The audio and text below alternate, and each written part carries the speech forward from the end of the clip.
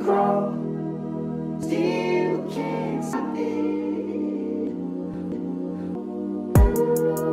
What is up? I am Crypto Mason, and welcome back to the Crypto Mason YouTube channel. Shout out to the Gold Squad. We look for gold in every single aspect of our lives, and we always find it. Now today, we are back with another daily market update. We have some very, very important stuff today. As always, we've got stuff with BRICS, which is the five major emerging economies: Brazil, Russia, India, China, and South Africa. We've got a bunch of XRP stuff. We're going to cover Cardano in this, FTX. What else? We've got more proof that Ethereum is more centralized than you actually think. But make sure you're watching till the end of this video. Also, a $25 giveaway to anybody who likes and comments on the video. If you win, you will get a reply from me telling you to message my verified Twitter account. So do not reply to scammers. There's a lot of scammers in the comments. Now, let's get straight into the video and see what's going on with the market. All right, so starting off, make sure that you are following my Twitter. The username is right there. You will get the best good morning tweets of all time. So let's get into the market now. $1 trillion. Still holding on. It feels like we're like on the edge of a cliff, just holding on to that $1 trillion. $62 billion volume. Yesterday was 75, so we've decreased a little bit, but that's still pretty high. You guys know I use the $100 million level as like if it's a good volume day or not, but 62 is pretty. 62 is pretty good. I mean billion. Sorry, 100 billion. But Bitcoin $21,402. Still working on this little bounce here. Like we've kind of flattened out at 21,000. I wonder where it's going next. It's either going to 20,000, which we've already actually tested, so I don't think so. I think we're just going to go flat at 21,000 for a couple days here, as long as nothing out of the ordinary happens. By that I mean like crazy news articles or something crazy happens. Biggest gainers today. Let's open up our bubbles here. We have Lido DAO. We also have EOS. Now, the reason EOS is pumping is because there's an upgrade coming. They're going to fork their blockchain and actually cut ties with this block.1, which has been fueling inflows into the token. Also, they had a court ruling. A court in New York nixed a proposed $27.5 million settlement by block.1 over allegations that the firm's initial offering of EOS coins several years ago should have been registered as a securities sale. So we know EOS has been through the ringer with the SEC and came out on the other side, and they've survived. They still have a coin. It's still there. You can still buy it on mainstream exchanges. If we click on this, like, it still has some good volume, $689 million of volume. Let's see, is this what exchanges is this available on? I believe it's still on all the mainstream exchanges. Binance, Gate.io, Huobi, Coinbase, all of this, right? So they've been through the ringer, and they've already came out the other side. So I've always looked at EOS as a pretty interesting play if you want to get into one that's already been through the ringer with the SEC.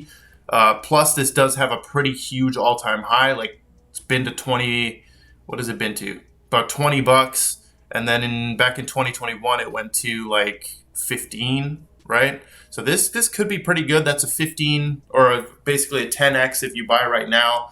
But EOS is one of those ones. And also in this article, they mentioned that Block.1 was backed by Peter Thiel, Alan Howard, and Louis Bacon, who launched an initial coin offering for EOS over 11 months ago in 2017 and 2018 and raised more than $4 billion. They raised more than $4 billion. They got fined $24 million. So EOS is pumping off that a little bit.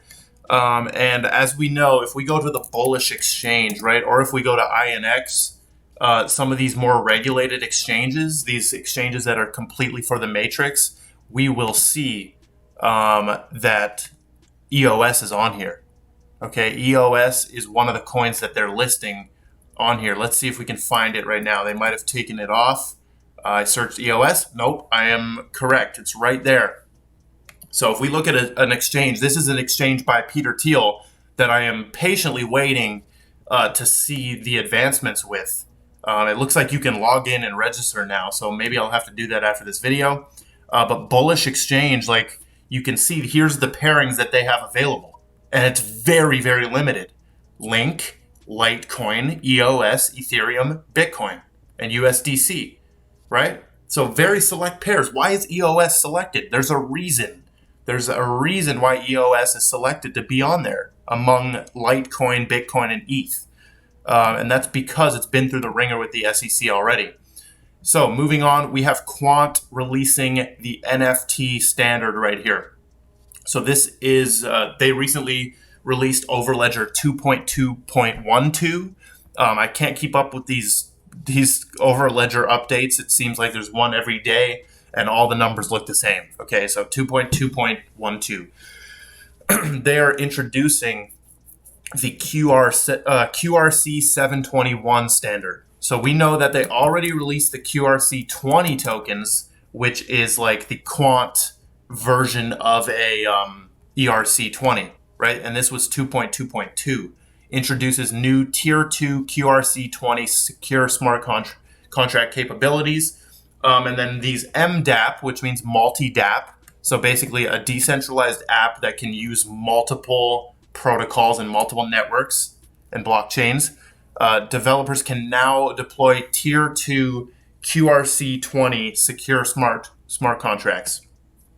So that was a while ago. That was March 17 of 2022. And now they're coming out with QRC 721. Okay.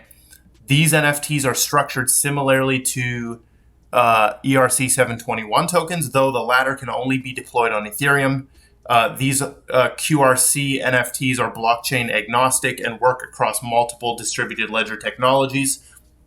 Overledger now provides users the ability to create QRC 721 non-fungible tokens and deploy them onto the Ethereum, Polygon, and XDC mainnets. XDC is mentioned there as well. And this guy's basically saying that these companies that are using Quant already or are partnered with Oracle, these companies, he's trying to say that they could take advantage of the QRC 721 standard. Who knows if they're really going to do that? But that is a super interesting little piece about Quant there. Moving on, we had Ripple, the mayor of Japan. This is a weird headline. Mayor of Japan's 6th largest city visits Ripple's headquarters. Okay, and they did get a little selfie here. I don't know which one is the mayor. Is it him? Is it him? Is it her? Like, I believe, what's the name? I'm not sure. Yoshikawa. Yoshikawa has been working at Ripple for 6 years. Oh, okay. The mayor's called Soichiro Takashima. So I'm trying to pronounce that correctly. Sorry if I butchered it. But they have met with the mayor of Japan's 6th largest city. Very crazy. Moving on, we have CZ right here. We're going to skip into this clip, but Binance, I've always kind of been weird with the Binance CEO. In kind of gauging his actual intelligence. I can't tell if he's actually really smart, but it's pretty obvious if he's the head of Binance, he is very smart. But sometimes he says weird things, but this one, he nailed this on the head. Listen to what he says about the US dollar right here. I'm going to mute my mic and listen to what he says. Heavily in the thing that can disrupt you. And coming back to U.S. dollars, I think U.S. dollars is a very strong tool for U.S. to organize the world. It's probably much stronger than the military, and there is a potential for cryptocurrencies, Bitcoin, etc., to disrupt that in some ways. But internet has this disruption power to traditional commerce businesses. Guess what? U.S. got that.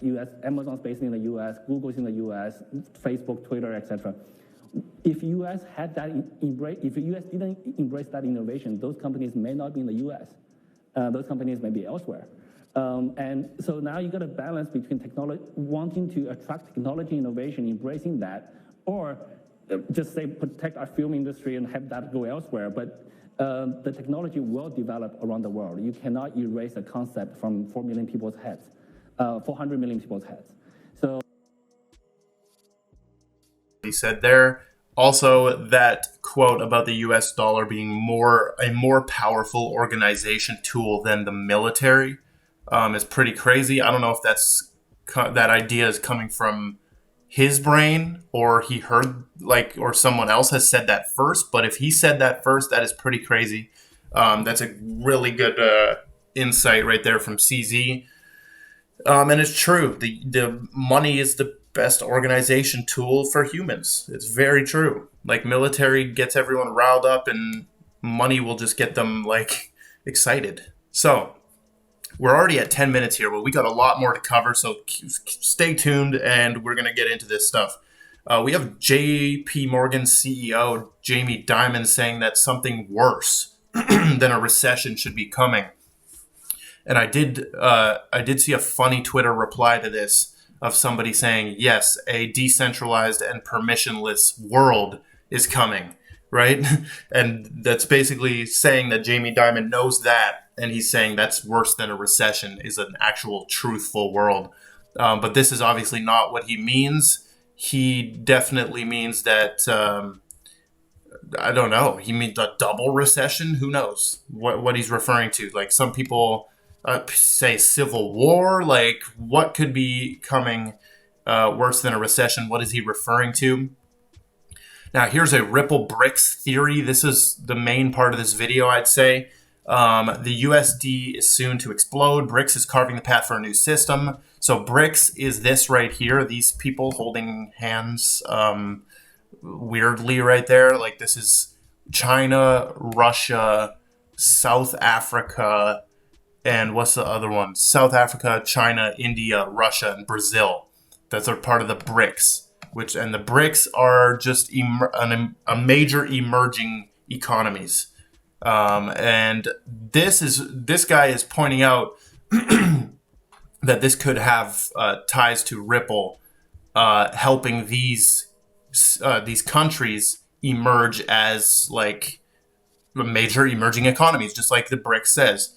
Aside from Russia, the BRICS nations and those favorable to join all have the ability to easily connect to each other through RippleNet. All of this is happening when the U.S. financial system is on the edge of collapse. This all makes sense. They have to break it down to build it back up stronger, build back better, as Joe Biden always says. Moving into some Cardano stuff. Cardano got blasted. They got blasted with this hit piece type thing 2 days ago, where this headline went out saying Cardano testnet is catastrophically broken. And this was because there was a bug on the testnet due to Cardano's rush to launch the Vasil hard fork upgrade. I did watch a video yesterday of Charles Hoskinson talking about this. He was getting pretty heated about these headlines. And I mean, bugs happen all the time. That's what he said. Bugs happen all the time on test nets, and it is a test net for a reason. It's called testnet, right? You're supposed to test.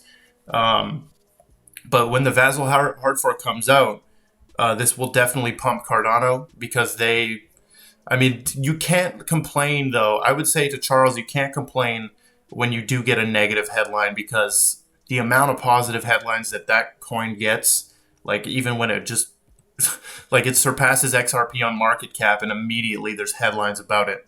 But Cardano is not broken. It's still working. It's still there. Go watch the Charles video on his channel, Charles Hoskinson. And then cryptotrainer.algo, shout out to him. He says, so let me get this straight. Cardano finds a bug on a testnet and it's a problem. But we're cool with Solana mainnet going offline once a month. Which is hilarious, right? There are way worse things than just a bug on a testnet. Moving on, FTX has blocked Aztec Network privacy dApp, calling it a high-risk mixer. So what we're seeing right now, in my opinion, is the exposing of the centralization happening in crypto, right? FTX can just block a dApp. They're just blocking a privacy dApp because they think it's a high risk mixer. Then we also had Ethermine, which is the largest Ethereum miner, stopped including Tornado router transactions over a week ago.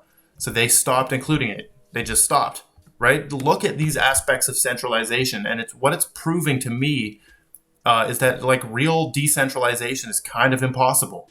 There's just aspects. It's just a spectrum.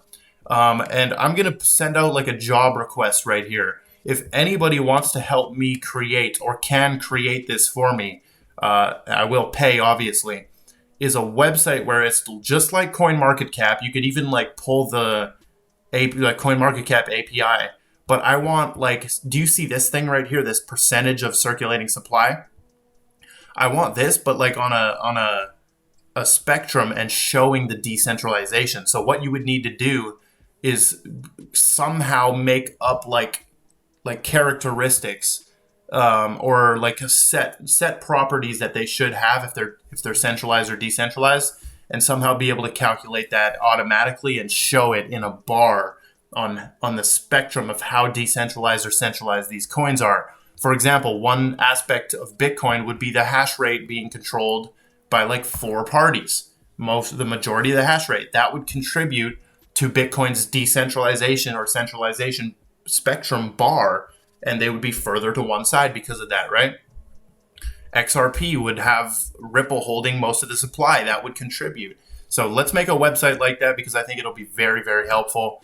But that is all we've got for the daily market update. Make sure you drop a like, comment, subscribe, share, all that stuff. I love every single one of you, and goodbye.